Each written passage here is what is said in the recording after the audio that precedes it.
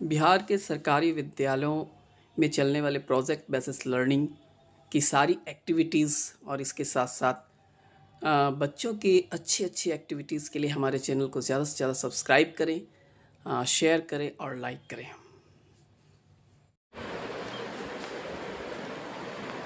ये क्लास 8 का sound chapter से हमने इस प्रोजेक्ट को बनाया है। प्रोजेक्ट बेसिस लर्निंग के तहत सबसे पहले ये समझ लें कि जो हम चार्ट पेपर वगैरह में नोट कर देते हैं, नोट डाउन करके लिख देते हैं, कॉलम बना देते हैं, वो प्रोजेक्ट बेसिस लर्निंग नहीं है। ठीक है, प्रोजेक्ट बेसिस लर्निंग का मतलब है कि जिस टॉपिक को आप लेते हैं उस टॉपिक पर मॉडल आपका तैयार होना चाहिए, और मॉडल को तैयार करने से पहले आपको करना क्या है, सबसे पहले उस टॉपिक के बारे में बच्चों को बोर्ड पे बहुत अच्छे से विस्तार पूर्वक एक्सप्लेन कर देना है, जिसे हम थ्योरी कहते हैं।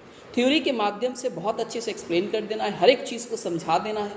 जैसे हमने आज साउंड चैप्टर को लिया है तो साउंड के बारे में सब कुछ हम बताए कि साउंड भाई है क्या, और साउंड किस तरह से एक जगह से दूसरी जगह पहुंचता है, उसे कौन से मीडिएटर की ज़रूरत पड़ती है, किन किन मीडिएटरों के माध्यम से वो जा सकता है, इन सारी चीज़ों को क्लियर किया। उसके बाद अब हम मॉडल लिए हैं, मॉडल बनाएंगे और मॉडल के आधार पर बच्चों को प्रैक्टिकली हम दिखाएंगे कि साउंड किस तरह से एक जगह से दूसरी जगह स्थानांतरित होता है या पहुँचता है। उसके लिए तो मॉडल में आपको करना क्या है, कुछ चीज़ें, जैसे यहाँ पर हमने मॉडल बनाने के लिए 2 चार्ट पेपर लिया है, एक येलो और एक पिंक कलर का है, आप दूसरे कलर का भी ले सकते हैं, कोई दिक्कत नहीं है। यहाँ पर कुछ बिट्स मैंने लिया है, बिट्स साउंड के लिए लिया है, आवाज़ करेंगे, रस्सी है कुछ, और एक सीज़र है जो काटने वगैरह के काम आएगा, और कार्टून आपको ले लेना है, जो दुकान वगैरह से जो भी बिस्किट वगैरह का जो कार्टून होता है उससे कोई कार्टून बच्चे को मंगवा लेना है। उसके बाद आपको मॉडल को तैयार करना है। तो अब हम लोग देखते हैं, मॉडल पहले तैयार करते हैं, उसके बाद फिर आगे डिस्कशन करते हैं।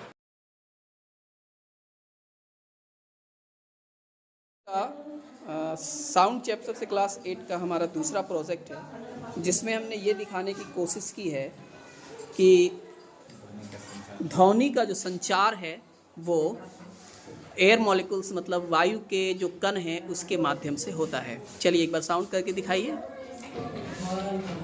ये और थोड़ा सा,